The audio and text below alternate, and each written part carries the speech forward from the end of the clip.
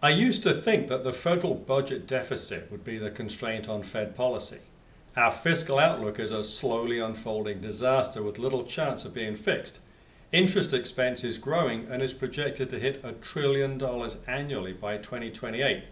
Tighter monetary policy has brought this milestone forward by a year compared with 2022. But the more immediate concern is with banks. It turns out the US banking system has been steadily increasing its exposure to long-term bonds. This is partly because the capital rules favor US government debt and mortgage-backed securities, but also because until a year ago short-term rates were close to zero.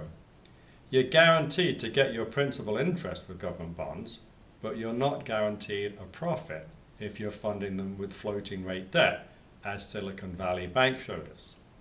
The Fed's rapid interest rate hikes have caught many other banks unprepared, so much so that Tier 1 capital, which is the buffer banks keep to cover against all risks, sank by 2.2% last year.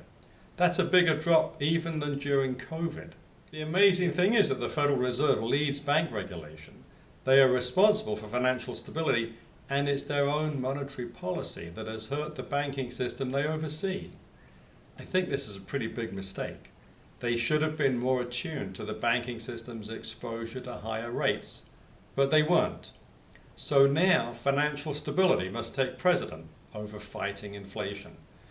Banks are having to compete more for deposits and will now endure more scrutiny from regulators on risk. So this is the tightening of financial conditions that the Fed has been trying to achieve, even if it's come about with more financial stress than they intended. It may be disinflationary over the near term, but over the long run, it's another example of how we're less able to cope with higher interest rates, which makes it harder to combat inflation and therefore makes getting inflation back to 2% less likely. This is why we think infrastructure, and especially energy infrastructure, should be part of every investor's portfolio. We believe it offers one of the best ways to protect against inflation. If you're interested in learning more about the energy sector and interest rates, then don't forget to subscribe and follow us on LinkedIn and Twitter. Our handles are in the description box below. To find out more about what we're thinking, you can sign up for our twice-weekly blog at sl-advisors.com. We always love to hear from you, so if you have any comments or blog ideas, please leave them down below. I'm Simon Lack. Thank you for watching this video.